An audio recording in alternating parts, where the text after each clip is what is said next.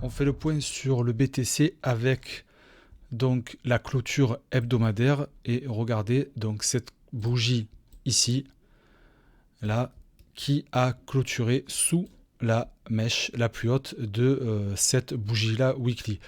Donc je vous ai tracé ici la borne haute. Dans l'idéal, si on veut continuer dans une belle dynamique weekly haussière, il faudrait voir se dessiner quelque chose comme ça, une clôture de bougie qui se fait au-delà donc de ces 47 000 $.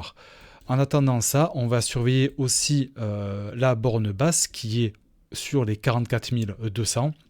Et donc, si jamais on clôture notre bougie weekly sous ces niveaux-là, ça sera quelque chose qui sera plutôt négatif. En attendant, on évolue à l'intérieur localement en weekly sur ce range-là et il va falloir attendre évidemment les clôtures chaque dimanche dans la nuit pour voir comment ça va se goupiller.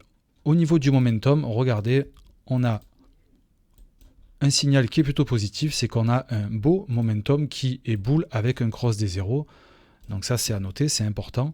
Donc en weekly, on a une courbe qui est plutôt pas mal. Même si on a des volumes acheteurs et vendeurs en baisse, on reste quand même dans une belle dynamique puisqu'on fait des sommets et creux ascendants. Voilà ce qu'on peut regarder pour le weekly. Maintenant, si on bascule sur le daily, voilà, je vous l'affiche là. Il y a une chose importante qui est à noter, c'est qu'on est sur un gros niveau. Et ce niveau, c'est celui-ci, je vous l'affiche, qui se fait ici, là, aux alentours des 44 300 $ à peu près. Mais bon, voyez surtout ce que je vais vous montrer, en fait, c'est ça. C'est sur ce niveau-là, regardez, on est tapé une fois, deux fois, trois fois, quatre fois. Là, ça a transpercé. Et là, une cinquième fois, on vient taper. Donc, c'est un niveau important, là, sur ces 44 300 qu'il va falloir surveiller. Pourquoi est-ce qu'il faut surveiller ça? C'est que si jamais on vient à casser ce niveau-là, donc je vous enlève ce niveau-là, donc que je vous ai tracé ici les 44 200, ça voudrait dire que on vient faire une structure de retournement à la baisse. Structure de retournement à la baisse qui viendrait en plus casser le premier arrêt ici, et donc qui voudrait dire potentiellement, dans le scénario baissier, un retour en zone de rechargement de longue ici. Alors pour ça, on va regarder un peu ce que, pour ce scénario baissier-là, on va regarder ce que fait notre momentum. Et pour le moment, là, même si on avait un momentum qui était bull confirmé jusque-là, on a localement une petite perte de momentum. Là, c'est en train de respirer.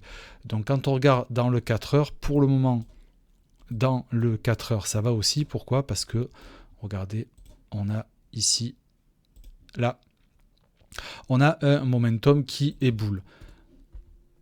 En une heure, là, on a cassé. Là, par contre, on a notre divergence baissière. On a un momentum qui est bear et en 30 minutes aussi. Donc, pour le moment, là, on a un weekly qui est solide, un daily qui était bon, qui commence à retracer. Le 4 heures qui tient la route, il va falloir voir comment ça va se passer là. Et par contre, dans les unités de temps inférieures, c'est plutôt bear. Donc, on est quand même sur une majorité. On a quand même un momentum qui n'est pas dégueulasse. On a cette consolidation qui se fait donc à l'intérieur de ce range-là. Vous voyez, range local qui pourrait se mettre, si je vous efface là, le range local se fait sur ces niveaux là, plus localement en daily. Ok, on va évoluer peut-être à l'intérieur. Il faudra voir si on casse par le haut ou par le bas.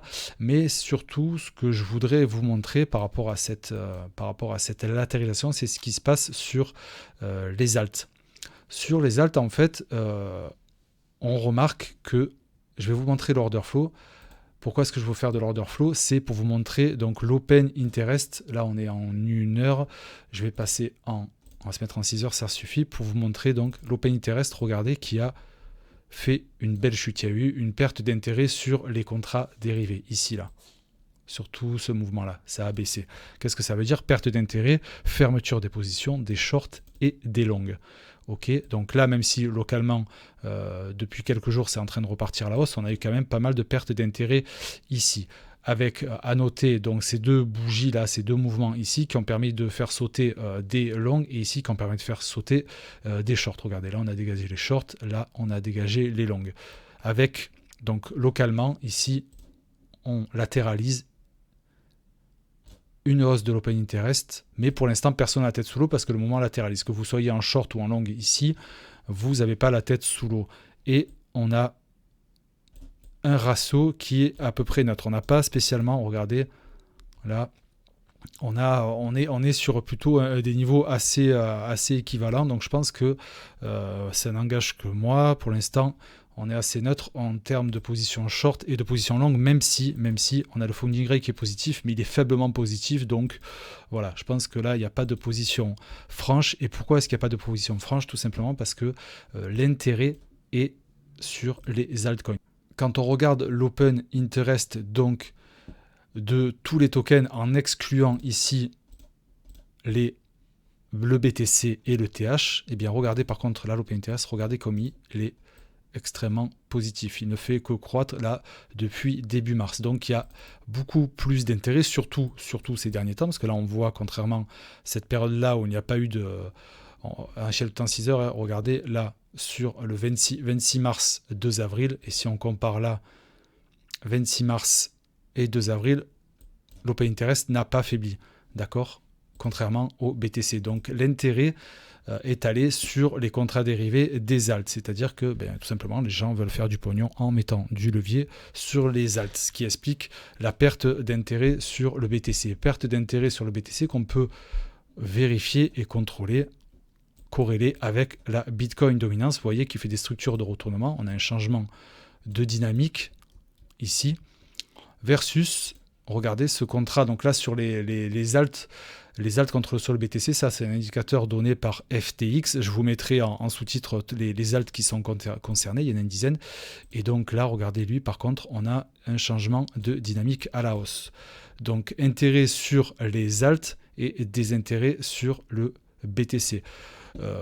Donc ce qu'on pourrait attendre, c'est de voir éventuellement le BTC faire des mouvements comme ça vers le bas, c'est-à-dire aller tirer au sud pour pouvoir sortir, parce que forcément quand le BTC part au sud, ça entraîne les alts vers le sud, dans le but tout simplement de sortir, de dégager toutes les personnes qui sont rentrées en longue sur les alts, parce que là en ce moment évidemment, alors je ne vous ai pas affiché, je vais le faire de suite, si je vous affiche le funding rate.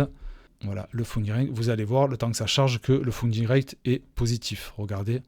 Donc là, la lecture, c'est qu'on a une majorité de longues sur les contrats dérivés. Donc le but, ça va être éventuellement, peut-être, c'est un scénario qu'il faut garder en tête, peut-être des mouvements correctifs vers le sud sur le BTC pour pouvoir entraîner les alts aussi vers le sud et donc dégager tous les longues sur les alts.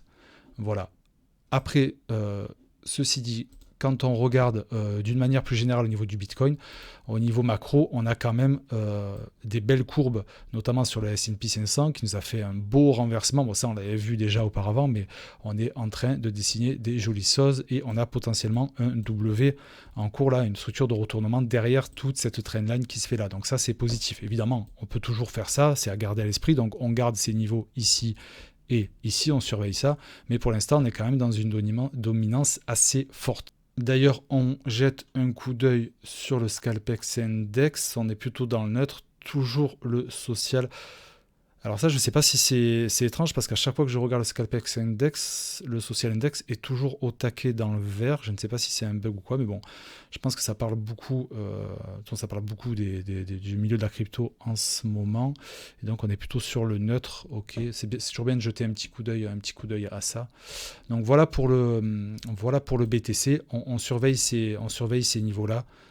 Voilà, surtout ne pas casser en dessous des 44 200, sinon ça serait quand même un beau mouvement correctif au vu des momentum. Ce scénario-là me semble un peu plus improbable. Je vois plus à la rigueur, mais ça n'engage que moi. C'est un scénario que je me fais, une latéralisation, voire un break par le nord. Ensuite, quand on passe en daily sur, éventuellement, si on repart, hop là, j'ai fait ça, sur les niveaux futurs à venir travailler, on va avoir, regardez, on n'était pas loin là sur donc ces niveaux, cette résistance là et cette résistance là. Ok, il y a ça à venir casser, donc ça avant de se retrouver donc dans la zone de rechargement de short. Et donc je l'avais dit déjà dans la dernière vidéo, Une fois qu'on sera sur ce niveau, c'est là où il faudra être vraiment attentif sur éventuellement des retournements et des signes nets de perte de momentum. Voilà, c'est tout pour cette vidéo. Ciao, ciao tout le monde, bye.